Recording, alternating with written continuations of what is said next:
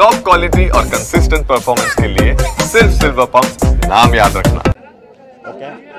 ಕೊಪ್ಪಳ ಜಿಲ್ಲೆಯಲ್ಲಿ ಯೂರಿಯಾ ಗೊಬ್ಬರದ ಕೃತಕ ಅಭಾವ ಸೃಷ್ಟಿಯಾಗಿರ್ತಕ್ಕಂಥದ್ದು ಕೊಪ್ಪಳ ಜಿಲ್ಲೆಯ ಒಂದು ಮುದ್ದಾಬಳ್ಳಿ ಗ್ರಾಮ ಏನಿದೆ ಅಲ್ಲಿ ರಾತ್ರಿ ಇಡೀ ಮಲಗಿ ಗೊಬ್ಬರ ಕಾಯುವಂಥ ಸ್ಥಿತಿ ನಿರ್ಮಾಣವಾಗಿರ್ತಕ್ಕಂಥದ್ದು. ಸದ್ಯ ನಾನು ಮುದ್ದಾಬಳ್ಳಿಯ ಪ್ರಾಥಮಿಕ ಸಹಕಾರಿ ಸಂಘದ ಮುಂದೆ ಇರತಕ್ಕಂಥದ್ದು. ಇಲ್ಲಿ ನೀವು ದೃಶ್ಯಗಳಲ್ಲಿ ನೋಡ್ತಿರ್ಬೋದು, ಸಾಕಷ್ಟು ರೈತರು ರಾತ್ರಿ ಇಡೀ ಇಲ್ಲೇ ಮಲಗಿ ಈಗ ಗೊಬ್ಬರವನ್ನು ಪಡೆಯುವಂಥ ಸ್ಥಿತಿ ನಿರ್ಮಾಣವಾಗಿರ್ತಕ್ಕಂಥದ್ದು. ನೂರಾರು ರೈತರು ಇಲ್ಲಿ ಪ್ರಾಥಮಿಕ ಸಹಕಾರಿ ಸಂಘದ ಮುಂದೆ ನಿನ್ನೆ ರಾತ್ರಿ ಮಲಗಿದ್ರು. ಈಗ ಬೆಳಗಿನ ಜಾವ ಸಹಕಾರಿ ಸಂಘಕ್ಕೆ ಗೊಬ್ಬರ ಬಂದಿರತಕ್ಕಂಥದ್ದು ನೀವು ದೃಶ್ಯಗಳಲ್ಲಿ ನೋಡ್ತಿರ್ಬೋದು. ಇಲ್ಲಿ ಸರತಿ ಸಾಲಿನಲ್ಲಿ ತಮ್ಮ ತಮ್ಮ ಆಧಾರ್ ಕಾರ್ಡ್ಗಳನ್ನು ಇಟ್ಟು ಈ ಗೊಬ್ಬರಕ್ಕಾಗಿ ಕ್ಯೂ ನಿಂತಿರ್ತಕ್ಕಂಥದ್ದು.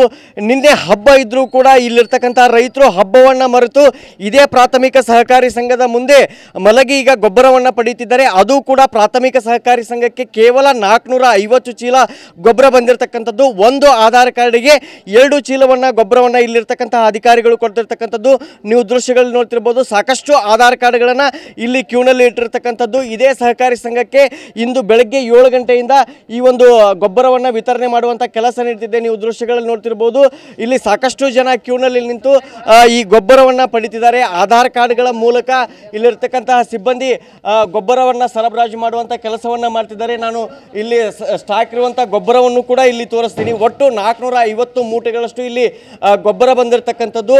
ಪ್ರತಿ ಆಧಾರ್ ಕಾರ್ಡಿಗೆ 2 ಮೂಟೆಗಳಷ್ಟು ಇಲ್ಲಿ ಗೊಬ್ಬರವನ್ನು ಕೊಡ್ತಿದ್ದಾರೆ. ಆಧಾರ್ ಕಾರ್ಡ್ ನೋಡಿ ಅವರ ಹೆಸರನ್ನು ತೆಗೆದುಕೊಂಡು ಸಹಿ ಮಾಡಿಸ್ಕೊಂಡು ಇಲ್ಲಿ 2 ಮೂಟೆಗಳಷ್ಟು ಗೊಬ್ಬರ ಕೊಡ್ತಿದ್ದಾರೆ. ಆದರೆ 2 ಮೂಟೆ ಸಾಲಲ್ಲ, ಈಗ ಉತ್ತಮ ಮಳೆಯಾಗಿದೆ, ಗೊಬ್ಬರದ ಅವಶ್ಯಕತೆ ಸಾಕಷ್ಟಿದೆ ಅನ್ನೋದು ಇಲ್ಲಿ ರೈತರ ವಾದ ಆಗಿರ್ತಕ್ಕಂಥದ್ದು.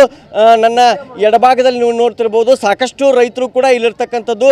ಇಲ್ಲಿ ಒಬ್ಬರು ರೈತರಿದ್ದಾರೆ, ಅವರು ರಾತ್ರಿ ಇಲ್ಲೇ ಮಲಗಿದ್ದಾರೆ ಅನ್ನೋದಕ್ಕೆ ಸಾಕ್ಷಿ ಅವರು ಹೊತ್ಕೊಂಡಂತಹ ರಗ್ ಕೂಡ ಇನ್ನೂ ಹಾಗೇ ಇರ್ತಕ್ಕಂಥದ್ದು. ಅದೇ ರೈತರನ್ನ ನಾನು ಮಾತಾಡಿಸ್ತೀನಿ. ನೀವು ಇಲ್ಲೇ ಮಲ್ಕೊಂಡಿದ್ರ ರಾತ್ರಿ? ಮಕ್ಕಂದವ್ರಿ ಇಲ್ಲೇ ಮಕ್ಕಂದ್ರೆ ಗೌರ್ಮೆಂಟ್ ಎಷ್ಟು ಒಂದೊಂದು ಇದನ್ನ ಕಳಿಸ್ತಾರೆ ಲಾರಿನ ಸಾವಿರಾರು ಗಟ್ಟಲೆ ಮಂದಿ ಇದೀವಿ. ಹೆಂಗ್ರಿ ಹಿಂಗಾದ್ರ ಇದ್ರಂಗೆ ಮಾಡ್ತಾರೆ. ಯಾವ ಸರ್ಕಾರ ಬಂದ್ರೆ ಏನಪ್ಪ ರೈತರು ನೋಡೋದಿಲ್ಲಲ್ರಿ ಇವ್ರು. ಗೊಬ್ಬರ ಇಟ್ಟು ಕೊಡ್ತಾರ, ನಮ್ಮ ರೈತರನ್ನ ಬಡದಾಡಕ್ಕೆ ಕಸ್ತಾರ. ಇಂಥ ಸರ್ಕಾರ ಬಂದತಿ ಈಗ ಇಲ್ಲೆಲ್ಲ ಆಧಾರ್ ಕಾರ್ಡ್ ಇಟ್ಟಿರಲ್ಲ, ಮತ್ತ ಆಧಾರ್ ಕಾರ್ಡ್ಗೆ 2 ಚೀಲ ಕೊಡ್ತಾರೆ. ಈಗ ನಮ್ಗೆ ಸಿಕ್ಕಿಲ್ಲ ನೋಡ್ರಿ. ಈಗ 4ನೇ ಭಾಗ ಸಿಕ್ಕೈತೆ, 12ನೇ ಭಾಗ ಮಂದಿಗೆ ಸಿಗಲೇ ಇಲ್ಲ. ಅಲ್ಲ, ನಿನ್ನೆ ಹಬ್ಬ ಮತ್ತು ರಾತ್ರಿ ಎಲ್ಲ ಇಲ್ಲೇ ಮಕ್ಕಳಿದ್ರೆ ಹಬ್ಬಿದ್ರಿ ಏನು ಮುನಿವಿದ್ರಿ ಏನ್ರಿ, ಹೊಲ ಎಲ್ಲ ಕೆಟ್ಟು ಹೋಗವಂತ ಇಲ್ಲೇ ಮಕ್ಕಂದಿವ್ರಿ. ರಾತ್ರಿ ಮಕ್ಕಂದ್ರೆ ಗೊಬ್ಬರ ಸಿಕ್ಕಿಲ್ಲ. ಮತ್ತೆ ಏನ್ ಹೇಳ್ತೀರಿ ಸರ್ಕಾರದವ್ರಿಗೆ? ಎಂತೆಂತ ಸರ್ಕಾರ ಬಂದು ಹಿಂಗೆ ನಮ್ಮ ರೈತರು ಗೋಲ್ ನೋಡವಲ್ರಲ್ಲ. ರೈತರು ಹೆಚ್ಚಿನ ಗೊಬ್ಬರ ಕೊಡಂತಾಗಿ ಕೊಡ್ರಿ ಅಂತಂದು ಕೇಳ್ತೀವ್ರಿ ಅವ್ರನ್ನ. ಇವತ್ತು ಕಳಿಸ್ರಿ, ಇವತ್ತು ಏನೋ ಮಾಡಿ ನಿಮಗೆ ಕೈ ಮುಗಿತೀವಿ. ಇವತ್ತು ಗೊಬ್ಬರ ಕಟ್ಟಿ ಕಳಿಸ್ರಿ. ನಮ್ಮ ಹೊಲ ಬಾಡ ಕತ್ತೇವ್ರಿ. ಈಗ ಅಲ್ಲ, ಭಾಳ ಮಂದಿ ಮಲ್ಕೊಂಡಿದ್ರ ಇಲ್ಲಿ? ಎಲ್ಲರೂ ಭಾಳ ಮಕ್ಕಂದಿವ್ರಿ. ಎಲ್ಲ ಸ್ವಲ್ಪ ಜನ ಅಲ್ರಿ, 50 ಜನ ಮಕ್ಕಂದಿವ್ರಿ, 50-100 ಜನ ಮಕ್ಕಂದಿವ್ರಿ ಇಲ್ಲಿ. ಈಗ ನಿಮಗೆ ಗೊಬ್ಬರ ಸಿಕ್ಕತ್ತೆ ಇಲ್ಲ? ಎಲ್ರಿ ಸಿಕ್ಕಲ್ರಿ ಗೊಬ್ಬರ, ಭಾಗ ಮಂದಿ ಸಿಕ್ಕಲ್ರಿ. ಗೌರ್ಮೆಂಟ್ 450 ಕಳಿಸ್ಯಾರ. 4 ಹಳ್ಳಿಯರು ಇಲ್ಲೇ ಮಕ್ಕಂದಿವಿ. ಈಗ ನೀವು ರಾತ್ರಿ ಇಲ್ಲೇ ಮಲ್ಕೊಂಡಿದ್ರಿ? 5 ಹಳ್ಳಿಯರು ಇಲ್ಲೇ ಮಕ್ಕಂದ್ರಿ. ಗೊಂಡಬಾಳು, ಹೊಸಹಳ್ಳಿ, ಬಾದ್ರಬಂಡಿ, ಒಟ್ಟು ಮುದ್ದಾಬಳ್ಳಿ ಎಲ್ಲರೂ ಇಲ್ಲೇ ಮಕ್ಕಂದವ್ರಿ. ಹ್ಞೂ ರೀ. ಈಗ ಗೊಬ್ಬರ ಸಿಕ್ಕತ್ತೆ ಇಲ್ಲ ನಿಮಗೆ? ಇನ್ನ ಇಲ್ರಿ ಸಿಕ್ಕಿಲ್ರಿ. ಇವತ್ತು ಆತ್ರ ಗೊಬ್ಬರನ ಏನ್ ಮಾಡೋಕ್ರಿ? ಈಗ 4% ಮಂದಿಗೆ ಸಿಕ್ಕತ್ರಿ, 12% ಇಲ್ಲೇ ಇದೀವ್ರಿ ನಮ್ಮ ಮಂದಿ. ಅಲ್ಲ, ಎಷ್ಟು ಕೊಡಾಕತ್ತಾರ ಈಗ ಒಂದು ಆಧಾರ್ ಕಾರ್ಡಿಗೆ? 2 ಚೀಲ ಸಾಲತ್ತಾ? ಸಾಲಲ್ರಿ, ಮತ್ತೆ ಏನ್ ಮಾಡೋದ್ರಿ? ಬಿಡುಗಡೆ ಇಲ್ಲಲ್ರಿ, ಬಂದಂಗ ಹೋಗದ್ರಿ. ಅಲ್ಲ ಇರ್ಲಿ, ಅವ್ರು ಖಾಲಿ ಆಗ್ಬಿಡ್ತೈತ್ರಿ. ಬರೀ 250 ಚೀಲ ಬಂದೈತ್ರಿ, 450 ಚೀಲ. ಅದ್ರಾಗ ಉಳ್ದಾರಿಗೆ ಸಿಗಾಗಲ್ರಿ. ಹಂಗ ಮಾಡ್ತಾರ್ರಿ. ಸಣ್ಣ ರೈತರಿಗೆ ಎಲ್ಲಿ 4 ಚೀಲ ಬೇಕ್ರಿ, ಸಿಗಾಗಲ್ರಿ. ಏನ್ ಮಾಡೋದ್ರಿ? ಇನ್ನೂ 2 ಲಾರಿ ಕಳ್ಸಿದ್ರು ಆಗಲ್ರಿ. ಕಳ್ಸಂತ ಹೇಳ್ಬೇಕ್ರಿ.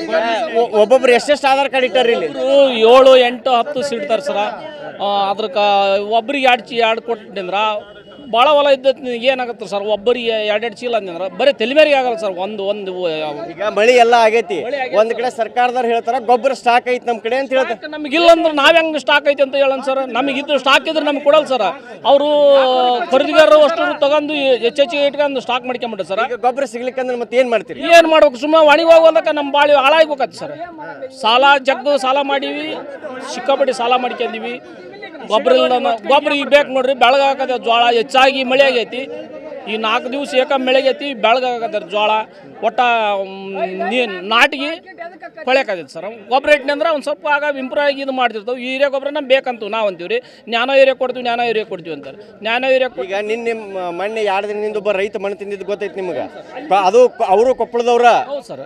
ಈಗ ನಮ್ದು ಹಂಗ ಬಾಳೆ ಸರ್, ನಮ್ದು ಮಣ್ಣು ತಿನ್ನೋ ಬಾಳೆವೇನು ಏನು 450 ಬ್ಯಾಗ್ ಬಂದಿ ಅಂದ್ರೆ ಬರೀ ಗೊಂಡಬಾಳು, ಯಳಡೂರು ಗೊಂಡಬಾಳು, ಯಾಟಿ, ಹೊಸಳ್ಳಿ, ನಮ್ಮ ಮುದ್ದಬಳ್ಳಿ ರೀ, ಚುಕ್ಕನಕಲ್ಲು, ಬಾದ್ರಬಂಡಿ, ಹೊಸಳ್ಳಿ ಸರ್. ಇಷ್ಟು ಹಳ್ಳಿಗೆ 450 ಬ್ಯಾಗ್ ಹೆಂಗಕ್ಕ ಸರ್? ಇದು ಒಂದು ಸೊಸೈಟಿ ಸಂಘಕ್ಕೆ ಹಾಕತ್ತೇನು ಸರ್? ಮುದ್ದಾಬಳಿಯ ಪ್ರಾಥಮಿಕ ಸಹಕಾರಿ ಸಂಘಕ್ಕೆ ಕೇವಲ 450 ಚೀಲ ಗೊಬ್ಬರ ಬಂದಿರತಕ್ಕಂಥದ್ದು. ಆದರೆ ಇಲ್ಲಿರ್ತಕ್ಕಂಥ ಸುಮಾರು 5 ಹಳ್ಳಿ ರೈತರಿಗೆ ಆ ಗೊಬ್ಬರ ಸಾಲಲ್ಲ, ನಮಗೆ ಸಮರ್ಪಕವಾದ ಗೊಬ್ಬರ ಕೊಡಬೇಕನ್ನೋದು ಇಲ್ಲಿರ್ತಕ್ಕಂಥ ರೈತರ ಮಾತು. ಕ್ಯಾಮ್ರಾ ಪರ್ಸನ್ ಮಾರುತಿ ಜೊತೆ ಶಿವಕುಮಾರ್, TV9 ಕೊಪ್ಪಳ.